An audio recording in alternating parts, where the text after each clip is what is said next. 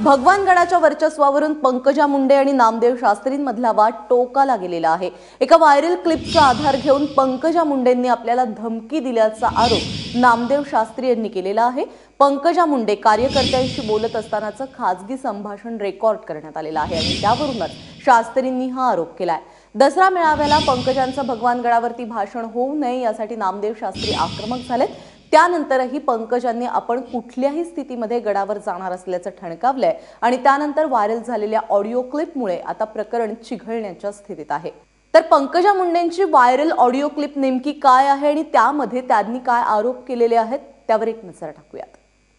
आता नामदेव शास्त्रींचं पुढे काय करायचं तो भविष्यातला विषय आहे। आता दसरा मेळावा करायचा आहे आपल्याला, त्यामुळे आता काहीतरी गलिच्छपणा आपल्याकडे होऊ द्यायचा नाही आणि कुणी आमच्याविषयी बोललेले खपून घ्यायचं नाही।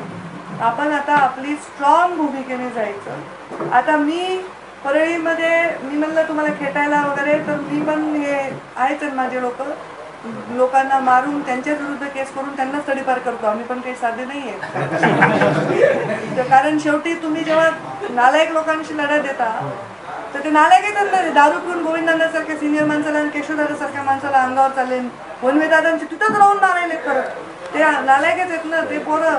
त्यांची काय हिंमत होईल एवढ्या पॉपमध्ये? आणि त्याच्यातले अजून एक 2-3 गोष्टी ध्यानात ठेवा। बाकीचं प्लॅनिंग मी टीमला सांगेन, टीम तुम्हाला सांगेल तेवढं ऐका, स्वतःचं डोकं लावू नका प्लीज, कारण जास्त डोकं लावायचं नसते। आपण त्या साहेब काय म्हणायचे, गरम डोकं आहे आपलं, जास्त लावायचं नाही। मी खूप थंड ठेवलंय, बर्फ ठेवून ठेवलं। माझं डोकं त्या दिवशी उठले, त्या दिवशी मला लक्षात आलं यांच्या अंगावर गेले, मला ते सहन नाही झालं। मी ते कधीच सहन करणार नाही, कधीच नाही। काय नाही पण आपली